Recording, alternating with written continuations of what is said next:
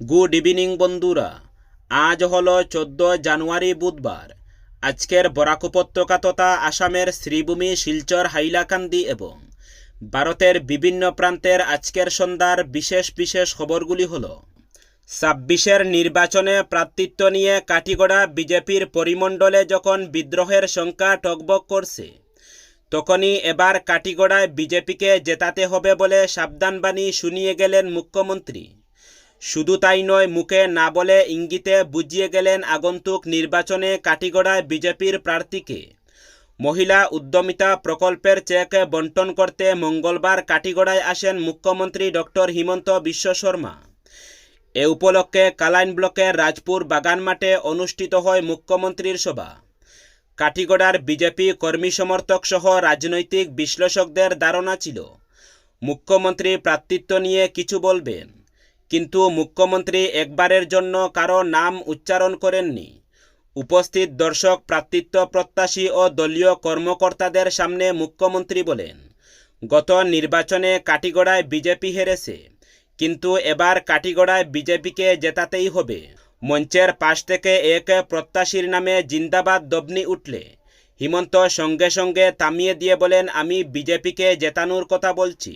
বক্তব্য শুরু করার সময় মঞ্চে উপবিষ্ট দুই মন্ত্রী কৌশিক রায় কৃষ্ণেন্দু পালের সঙ্গে আমাদের বিধায়ক বলে উত্তর করিমগঞ্জের বিধায়ক কমলাক্ষ দে পুরকাইস্তকেও সম্বোধন করেন।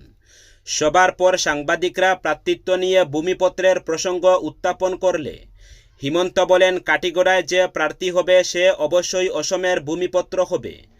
রাজনৈতিক বুদ্ধাদের মতে হিমন্ত মুখে না বলে প্রার্থিত্বের বিষয়টি ইঙ্গিতে বুঝিয়ে দিলেন সম্বোধনের মাধ্যমে।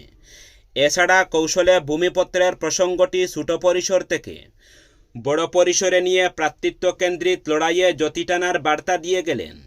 বুটমুখী বাংলা ইতিমধ্যেই পেয়ে গিয়েছে বন্দে ভারত স্লিপার, এবার পাচ্ছে নতুন অমৃত ভারত। কয়েকদিনের মধ্যেই বাংলায় আসছেন প্রধানমন্ত্রী নরেন্দ্র মোদী। প্রধানমন্ত্রীর পশ্চিমবঙ্গ ও অসম সফরের প্রাক্কালে বড়সড় ঘোষণা করল রেল মন্ত্রক। দুই রাজ্য থেকে একযুগে 9টি নতুন অমৃত ভারত এক্সপ্রেস চালুর সিদ্ধান্ত নেওয়া হয়েছে। মূলত পরিযায়ী শ্রমিকদের যাতায়াতের সুবিধার্থে অল্প খরচে দ্রুতগামী এই ট্রেনের পরিষেবা শুরু করেছে সরকার। রেল সূত্রে খবর, এই ট্রেনগুলি পশ্চিমবঙ্গ ও অসম থেকে যাত্রা শুরু করে বিহার, উত্তরপ্রদেশ হয়ে দিল্লি, উড়িষ্যা, অন্ধ্রপ্রদেশ, তামিলনাড়ু, মহারাষ্ট্র ও কর্ণাটকের মতো বড় রাজ্যগুলিকে যুক্ত করবে। বিশেষত দক্ষিণ ভারতের চেন্নাই ও বেঙ্গালুরুর মতো কর্মসংস্থান কেন্দ্রগুলিতে পৌঁছানো এখন সাধারণ মানুষের জন্য অনেক সহজ ও সাশ্রয়ী হবে। এই তালিকায় উত্তরবঙ্গের নিউ জলপাইগুড়ি ও আলিপুরদুয়ার স্টেশনকে বাড়তি গুরুত্ব দেওয়া হয়েছে, যেখান থেকে দক্ষিণ ভারত ও বোম্বেগামী একাধিক ট্রেন চলবে। দোলাইয়ে হাত পা বাঁধা অবস্থায় উদ্ধার করা হয় এক অপরিচিত ব্যক্তিকে।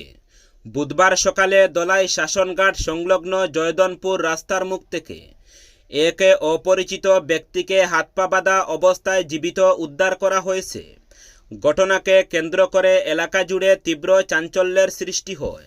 স্থানীয় সূত্রে জানা যায়, এদিন ভোরে প্রাতঃভ্রমণে বেরোনো কয়েকজন স্থানীয় বাসিন্দা রাস্তার পাশে ওই ব্যক্তিকে পড়ে থাকতে দেখেন। তার হাত ও পা বাঁধা ছিল এবং তিনি গুরুতরভাবে অসুস্থ অবস্থায় ছিলেন। খবর পেয়ে সঙ্গে সঙ্গে স্থানীয় মানুষজন ঘটনাস্থলে জড়ো হন। উদ্ধার হওয়া ব্যক্তি জানায়, তার বাড়ি সোনাবাড়িঘাট এলাকায়। তিনি আরও দাবি করেন, গত 4 থেকে 5 দিন ধরে তাকে একটি জঙ্গলের মধ্যে আটকে রাখা হয়েছিল। কী কারণে এবং কারা তাকে সেখানে নিয়ে গিয়েছিল সে বিষয়ে তিনি বিস্তারিতভাবে কিছু বলতে পারেননি। তিনি অজ্ঞান হয়ে পড়েন। ঘটনার খবর পেয়ে দোলাই থানার পুলিশ ঘটনাস্থলে পৌঁছায় এবং ওই ব্যক্তিকে উদ্ধার করে থানায় নিয়ে যায়। এ সময় স্থানীয় বাসিন্দারা পুলিশকে সহযোগিতা করেন, পরবর্তী মেডিকেলে পাঠায়। পুলিশ জানিয়েছে, ঘটনার তদন্ত শুরু হয়েছে। উদ্ধার হওয়া ব্যক্তির পরিচয় নিশ্চিত করার পাশাপাশি তার বক্তব্যের ভিত্তিতে ঘটনার প্রকৃত কারণ ও জড়িতদের খুঁজে তদন্ত চলছে। প্রাথমিকভাবে এটি অপহরণ না অন্য কোনো অপরাধমূলক ঘটনার সঙ্গে যুক্ত তা খতিয়ে দেখা হচ্ছে। এ ঘটনাকে ঘিরে দোলাই ও আশপাশের এলাকায় আতঙ্কের পরিবেশ তৈরি হয়েছে। উল্লেখ্য, গত 4 দিন আগে সোনাবাড়িঘাট দ্বিতীয় খণ্ডের যুবক নিখোঁজ হয়। এ নিয়ে তার পরিবার পুলিশের দ্বারস্থ হন। নিউ শিলচরের বুলাগিরি আশ্রমে জলজীবন মিশনের পাইপ মিটার চুরি, এলাকায় আতঙ্কের সৃষ্টি। বিগত কয়েকদিন থেকে নিউ শিলচরের বুলাগিরি আশ্রম লেনের বেশ কয়েকটি ঘরে এবং ঐতিহ্যবাহী শ্রী শ্রী বুলাগিরি আশ্রমে ভারত সরকারের জলজীবন মিশনের জলের পাইপলাইন ও মিটার ভেঙে চুরি করার ঘটনায় এলাকায় আতঙ্কের পরিবেশ দেখা দিয়েছে। বুধবার ভোররাতে 2-3 জন মুখোশধারী দুষ্কৃতী দেওয়ালের পাশে রাখা সরকারি পাইপ ও মিটার ভেঙে চুরি করে পালিয়ে যায়। ঘটনাস্থলে পৌঁছে দেখা গেছে আশ্রমের জলসংযোগের পাইপলাইন সম্পূর্ণ ভেঙে ফেলা হয়েছে এবং মিটারগুলো উধাও করে নিয়ে যাওয়া হয়েছে। এতে আশ্রমের জল সরবরাহ ব্যাহত হয়েছে এবং আশপাশের বাসিন্দারা চিন্তিত। আশ্রমের অধ্যক্ষ স্বামী ভুবনেশ্বরানন্দ গিরি মহারাজ বলেন, সরকারের জনকল্যাণমূলক জলজীবন মিশনের হরঘর জল কর্মসূচির অংশ হিসাবে বসানো এই পাইপ ও মিটার চুরি করা আইনগতভাবে দণ্ডনীয় অপরাধ। এমন ঘটনা পুনরাবৃত্তি রোধে প্রশাসন ও গলির উন্নয়ন কমিটি তাৎক্ষণিক ব্যবস্থা নিক। তিনি দুষ্কৃতীদের গ্রেফতার করে উদাহরণস্বরূপ শাস্তি প্রদানের দাবি জানান। ঘটনাস্থলে স্থানীয় গৌরাঙ্গ দেব সহ অন্যান্য বাসিন্দারা উপস্থিত ছিলেন। নাগরিকত্ব নিয়ে ন্যূনতম সন্দেহ থাকলে ভোটার তালিকায় নাম অন্তর্ভুক্ত করা হবে না বলে সুপ্রিম কোর্টে জানিয়েছে ভারতীয় নির্বাচন কমিশন। কমিশনের আইনজীবী রাকেশ দ্বিবেদী প্রধান বিচারপতি সূর্যকান্ত এবং বিচারপতি জয়মাল্য বাগচির বেঞ্চে বাংলার এসআইআর সংক্রান্ত মামলার শুনানি চলাকালে এই অবস্থান স্পষ্ট করেন।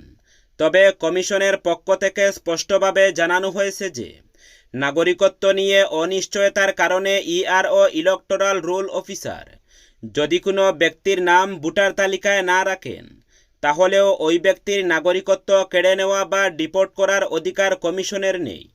বিচারপতি জয়মাল্য বাগচি এসআইআর প্রক্রিয়ার বিষয়ে মন্তব্য করে কমিশনের আইনজীবীর কাছে জানতে চান, কেন্দ্রীয় সরকার যদি কোনো ব্যক্তির নাগরিকত্ব নির্ধারণ না করে তবে সেই ব্যক্তি কি ভোটাধিকার হারাবেন? এই উত্তরে কমিশনের আইনজীবী জানান, এসআইআর প্রক্রিয়ার মূল লক্ষ্য হল নাগরিক নয় এমন ব্যক্তিদের ভোটার তালিকা থেকে বাদ দেওয়া। তবে নাগরিকত্বের চূড়ান্ত সিদ্ধান্ত কেন্দ্রীয় সরকারের হাতে। রাজ্যপাল লক্ষ্মণ প্রসাদ আচার্য জুবিন গর্গের মৃত্যুর মামলায় রাজ্য সরকার বিশেষ আইনজীবীর দল নিযুক্তি প্রস্তাবে অনুমোদন জানিয়েছেন। ক্যাবিনেটের অনুমোদন মর্মে রাজ্যপাল 5 জন আইনজীবীকে আজ এই দায়িত্ব অর্পণ করেন। জনপ্রিয় শিল্পীর রহস্যজনক মৃত্যুর মামলায় লড়ার জন্য জিয়াউল কামারকে সরকারি আইনজীবী হিসাবে নিযুক্তিতে অনুমোদন দেওয়া হয়েছে। একইভাবে তাকে সহায়তা করার জন্য অতিরিক্ত সরকারি আইনজীবী হিসাবে বজেন্দ্র মোহন চৌধুরী, সহকারী বিশেষ আইনজীবী হিসাবে কিশোর দত্ত, প্রাঞ্জল দত্ত ও বিকাশ জামারের নিযুক্তিতে অনুমোদন দেওয়া হয়েছে।